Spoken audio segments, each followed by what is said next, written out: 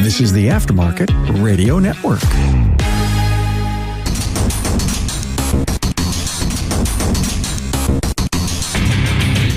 Welcome, everyone, to yet another episode of Diagnosing the Aftermarket A to Z. I'm Matt Fanslow, and the best way to not feel hopeless is to get up and do something.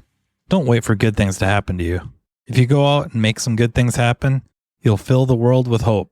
You'll fill yourself with hope. That and listening to me bite off way more than I can chew right after a word from our sponsor, NAPA Autotech Training. So, are you looking for the right training provider that offers cutting-edge courses to hone your automotive skills? Well, let NAPA Autotech take you to the next level. Go to NAPAAutotech.com for more details about classes near you. I've had a bit of a week, really more of a weekend, if you will, that got this idea churning in my head. And I guess I'd be lying to you if I haven't been contemplating talking about game theory for a while. And I don't know that I'm going to speak purely about it because, I don't know, I guess I would like to make it really matter. It was mentioned.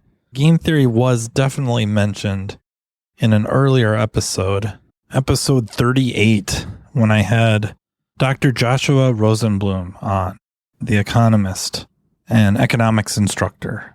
We talked about, I guess, some fundamental economics. We mentioned game theory, talked a little bit about it.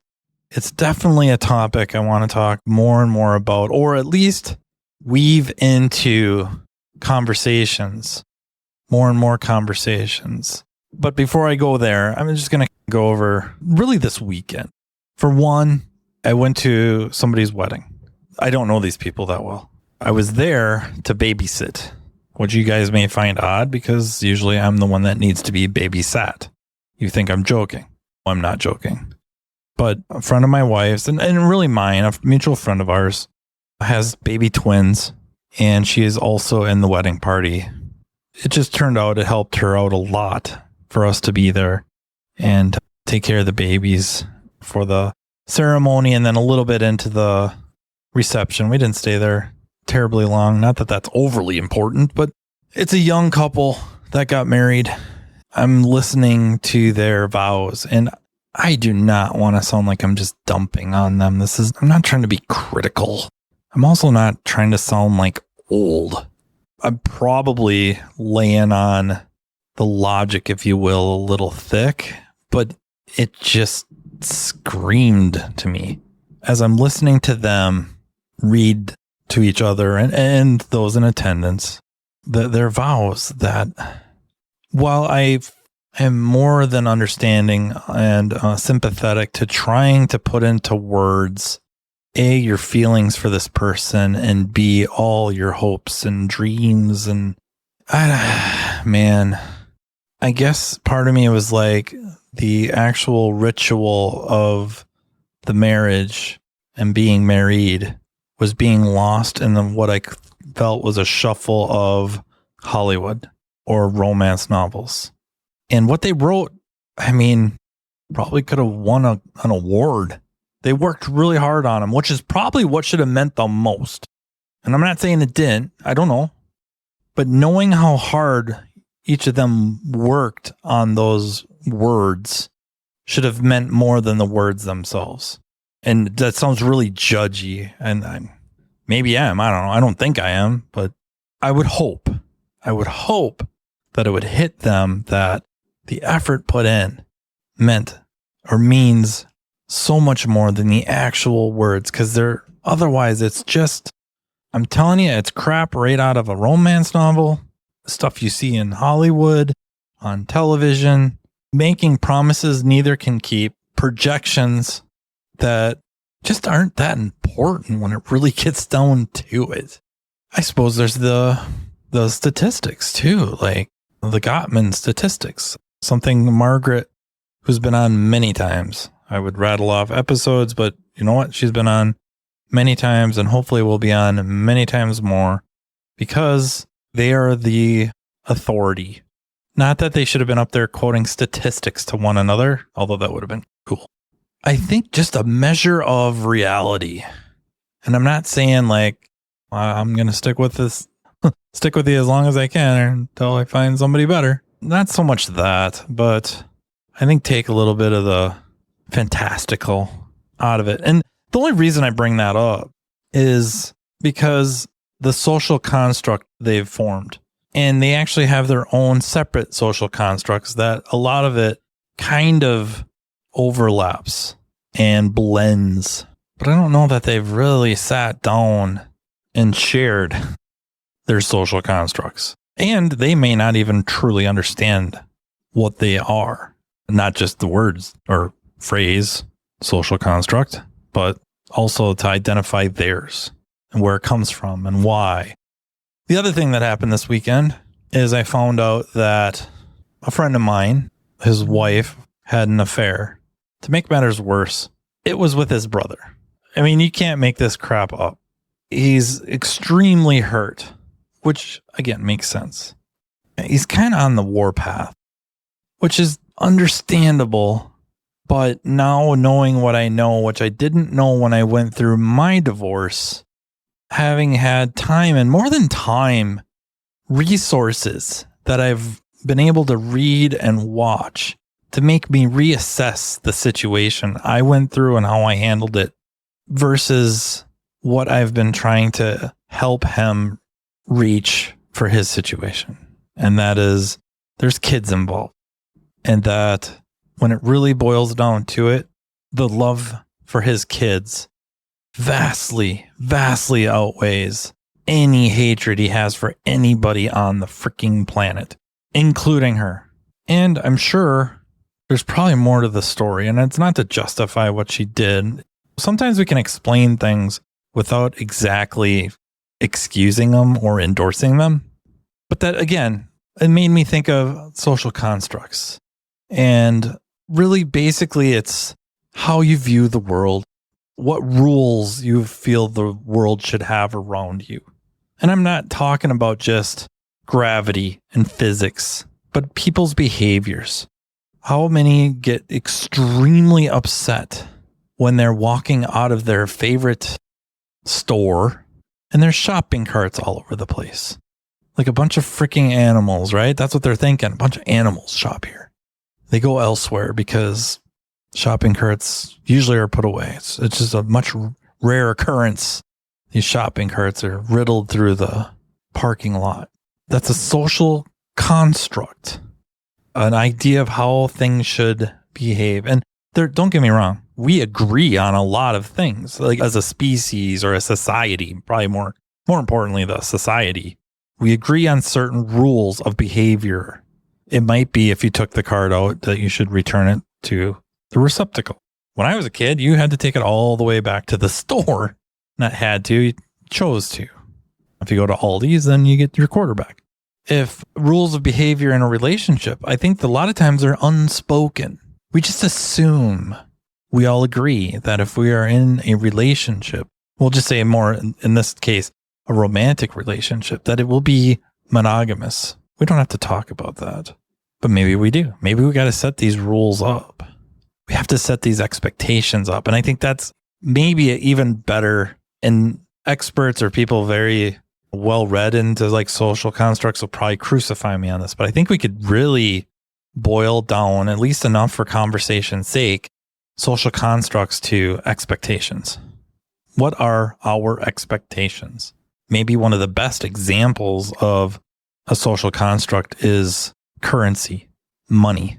That paper you have in your hand, in your wallet, in your purse, in your pocket, in your sock drawer, only has value because we all agree that it has value, and specifically the value on the piece of paper. Otherwise, it's a piece of freaking paper, nice paper, high quality stuff, but it doesn't have any intrinsic value. We as a society agree on its value. That's a social construct that we all contribute to. But then we all have our own little social constructs. Many times we agree, where I can't get away now from a little bit of game theory. And just very quickly, game theory was essentially created for, we'll just say the inventor, to do better at cards, specifically poker. That was its very, very beginnings. It's evolved. Why I bring it up here is game theory now is used quite a bit in social interactions, psychology, because really any interaction you have is a game. NAPA Autotech training sessions are being conducted day and night in a town near you.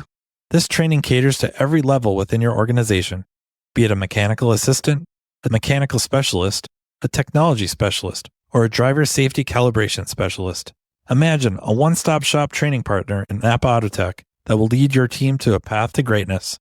Autotech's entry-level Build-A-Tech classes convert the untapped potential of your new hires into money-making mechanical specialists. Autotech's higher-level tech update classes introduce specialists to the world of ever-changing technologies, which prevents your shop from getting technologically stagnant. Remember, if you're not moving forward, you're falling behind. And, turning to the front of the store, the Autotech Service Advisor class is an awesome way to hone your client advocate skill set, ultimately benefiting the customer through an improved vehicle repair experience. But it doesn't stop there. Imagine an electric vehicle class that takes your specialist well past the mundane, yet necessary safety topics. Well, it's here. Autotech's EV Ready training is a week-long curriculum that takes participants through a hands-on experience involving hybrids and electric vehicles. The session kicks off with the use of PPE and proper tooling while touching on required OSHA regulations. Then, the students dive into the lab vehicles to gain knowledge of the common high-voltage components on EV and hybrid vehicles and their function. Attendees will be taken on a path exposing them to different electric vehicle manufacturers to compare component form and location. Additionally, information about Level 1 and Level 2 charging systems will be included, along with a quick look at DC to DC charging. The operation and maintenance of subsystems are explored, including the different modes of Tesla operations, and so much more. So what are you waiting for? Commit to taking your business to the next level with NAPA Autotech training. What you need to have a game, we'll say the requirements to have a game, is you have to have the players, those involved in the interaction, those involved in the relationship, information. There has to be information. I would say that maybe is the rule. And that can get gray depending on what we're talking about. But really for basic game theory, there's rules, defined rules, including like what you can do, what's allowed. So to relate this to like chess, rules of which way the pieces move, how they can move, what's en passant, how about castling? How do the pieces take one another, if you will, capture? Same with checkers, like any game. If we're playing Go Fish, how many cards do you start out with? These are the rules. And then taking turns, these are the rules. And then what's the payoff? Usually there's some sort of payoff. If we're talking about card game, maybe there's money involved. Maybe it's just, hey, I won, you lost. Gloating. Maybe if we're talking about just an interaction between a kid and an adult, there's learning involved and teaching, the feeling of passing on information. And if we're talking about just a friendship and enjoying each other's company. If we're talking about cars, auto repair, it's pretty evident. I bring my vehicle that is causing me issues or has concerns or I have concerns about it. And in exchange for X amount of dollars that we've all agreed on that these pieces of paper share value. We share the amount of how much each one of these pieces of paper is worth.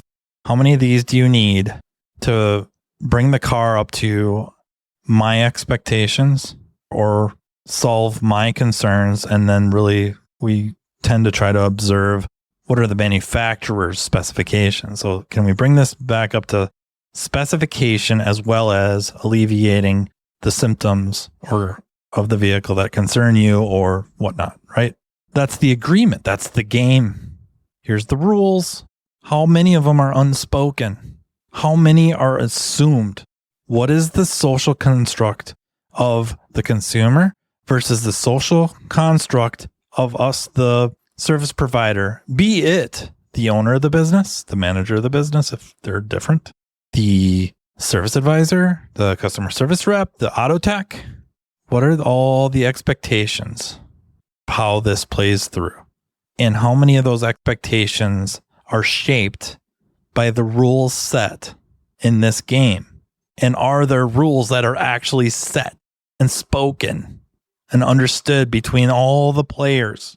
And that's where I'm going with this is we have these social constructs at the wedding. They're setting up these social constructs, but I don't know if they're communicating them. So are they potentially leading themselves to dissatisfaction, to failure? And I'm not saying that divorce, but let each other down. There's disappointment. The social construct of the marriage that is, I think, ending, it's going to be terminated due to the actions of his wife, that the constructs set up were broken, but were they spoken? Should they have been spoken? I don't know. I'm not campaigning for one or the other. That one's a little bit easier to grasp, I think, or everyone buys into that one a little bit more. She broke a major rule. How many rules were broken before that weren't spoken between, we'll just say, the rules he broke? Did he know the rules were there? And then the auto shop. The client has expectations. It might be super simple, overly simple. Here's my car. It's broken. Tell me what it's going to take to fix it, how much it's going to cost, and then have it done when you say you'll have it done. And anything outside of that breaks the rules. And now they're unhappy. And then I would have said like a 3-star review, but I don't know if those even exist. I think it's 5-star reviews or the review process that has potential for 5 stars has really actually just become binary. It's either 1 or 5. There isn't, if you're reading somebody's reviews and they're like 4.7, it's because they had a few 1s. There's no such thing as a 3 or a 2 or a 4. So possible 5 spots, but it's binary. It's 5 or it's 1. There's no in between. But the rules are broken. I'm disappointed. This is not a good service experience. Even if the rule was unspoken, nothing was set. And am I saying that the client is being fully unreasonable? Not really, not most of the time. But sometimes those rules are going to get broken because they have to. Not because of any desire on our part. We're working with, in some cases, the automobile by itself is a complex machine. It just is. There's a lot going on. Not everything on the car, every system is complex. Not every service we do is wildly complex. We can prove that because we've commoditized a lot of things because they're not complex. We've commoditized so many things because they're not overly complex. To our own detriment. We are our own worst enemies. But anyways, where are the rules set? Where do we try to learn about their social construct and share with them ours? I just think it's situations like these that almost every moment we can use as inspiration to think about other things. Am I saying that you go to the wedding, what you watch should tell you or inspire you to think about things at the shop? At least a little. Does everything have to be about the shop? No. Can it inspire you about your own relationships? Can it inspire you about relationships, not just with your significant others or with a potential partner, mate, whatnot? Sure, that's easy. How about friendships? How about just neighbors, people you interact with? Why not? And the same thing at the shop. Why can't certain issues you run into on a vehicle inspire you to think about something at home that's not mechanical in nature? I don't know. I guess part of me, not that this episode is really aimed this way, that just everything should inspire you, but I think everything can inspire you. And the experiences can be good and bad to inspire you and apply that positively. Not every interaction, not every game is going to have mutually beneficial. So just to tidy up the game theory, early game theory was very much zero sum, which is there's a distinct winner and a loser, or winner and losers. In more modern, I'll just say like post-Nash. Yeah, we'll just go with post-Nash game theory, where it's now cooperative. You can have win-win or lose less situations. I honestly think a kind of a better way to think about things, especially from a business standpoint, whether it's in competition with other repair shops, local repair shops, but also with customers. We're looking for win-win. How can we put ourselves in the best situation to consistently, regardless of what the client's expectations are, win? And put them in the best position to win, right? There can't be any guarantees, but what do we do to evolve that? And one is we have to make sure everybody knows the rules. Everybody. I don't mean it's something as silly as when the invoice is ready, you pay me. That's the rules. That could be an example of a rule. There's also setting expectations. Those are rules. Setting the expectations. This is the process. This is how the process usually goes. Sometimes this is how the process goes. Most of the time it goes through this process. Once in a great while we get into this process. And there's going to be slightly different processes for different services. There's a few things that often are far more straightforward than others. It's difficult to compare a brake service, we'll just say a brake job, to diagnosing a parasitic drain. They're just different. The process is slightly different itself in finding the issues and fixing them, but also what the customer's expectation should be. We can really help ourselves by helping set that as soon as possible. And also inviting the client to share with you their expectations. What are their rules, right? And the rules don't have to be like super stringent and rigorous. They can change. And I'm not saying like the business needs to change its rules based on the client, although once in a while that will help. That will happen. But clients, when they don't know what to expect or they don't know what the rules could be or should be, those rules can be flexible if they're educated. And then what is the payoff? Hopefully with them, it's a properly serviced vehicle, most likely a warranty of some sort. And the win is for the money I told you it would cost or less, and the time I said it would be or less, you're going to get your vehicle back with your concerns addressed. And if anything goes wrong, I got your back. Over time, they're going to build up trust, like being able to trust a repair shop and the people in it. That is a big, big payoff. And it might be more important to some people than others, but that's a payoff. So maybe you're listening to this thinking like I really stretched it. And I'm sure some of you are going, yeah, you weren't kidding. You bit off way more than you could chew. But I think there's a ton of value in stepping back, thinking about expectations, learning a little bit more about social constructs, and maybe diving or delving into a little bit of game theory. You don't have to go hard.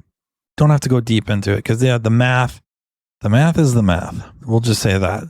But the concepts are pretty good and applicable to everything, namely relationships and interactions and transactions and stuff like that. Like the concepts are not difficult, I don't think, to apply to life.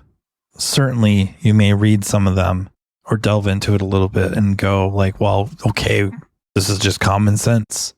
Some of it is. Math, a lot of times is common sense. A plus B isn't necessarily C, right? A plus B equals A plus B. Common sense. I mean, there's algebra, even geometry. Some of that, like, it might at first seem like Greek, but after you see it or use it, all of a sudden it's really just common sense. It's a lot of it, not all of it. Deeper you go, the less common sense it gets. So welcome to reality. And social constructs are how we deal with reality. And with that, I will wish you a great rest of the week and look forward to more of the comments coming in, more of the emails coming in about past episodes. And I'm liking some of the ideas for future episodes. Please don't hesitate to fire them off or let me have it. Or you could agree with me. That sometimes those are nice. I'm just kidding. You don't have to. But yeah, you could email me at mattfanslowpodcast@gmail.com. You can reach out to me on social media. If you want to be on the podcast, please let me know. Thank you to NAPA Autotech Training for sponsoring and enabling me to do this. And thank you to the Aftermarket Radio Network for just continually letting me get away with this. Really, that's what it is, right? Thank you to them. Until next time, take care. You've been listening to Matt Fanslow, diagnosing the aftermarket A to Z on the Aftermarket Radio Network. Follow Matt on your favorite listening app. He's very interested in what you have to say. Let him know what you'd like him to cover and come on the show. Matt is all for advancing the aftermarket. Find Matt Fanslow on social media and connect or on aftermarketradionetwork.com.